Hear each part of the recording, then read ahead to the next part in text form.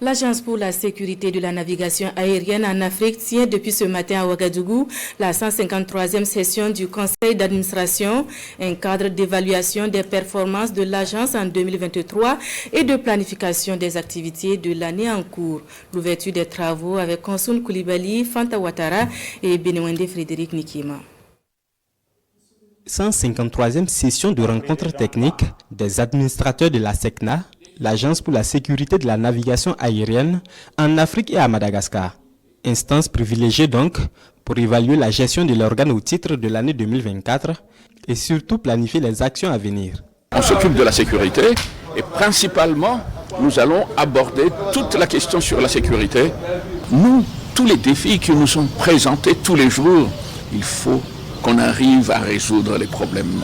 Et notre objectif c'est ça. Il n'y a quasiment plus d'accidents dans nos régions et j'espère, je touche du bois, qu'on puisse continuer dans ce sens parce que c'est ça vraiment notre métier. La vision affichée par les autorités est de faire de la SECNA l'un des piliers du développement économique des États membres et mieux, un véritable facteur d'intégration régionale. À ce titre, de grandes réformes sont entamées en matière d'infrastructures aéroportières, d'équipements et de réglementation.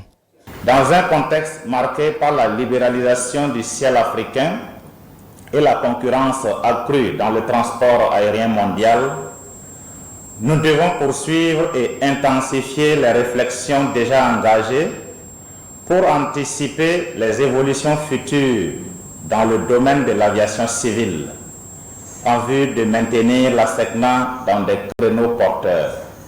Je me réjouis des ambitions panafricanistes affichées par le directeur général ici présent et je l'exhorte à renforcer le positionnement de l'agence comme l'un des meilleurs fournisseurs de services de navigation aérienne sur le continent et partout ailleurs dans le monde.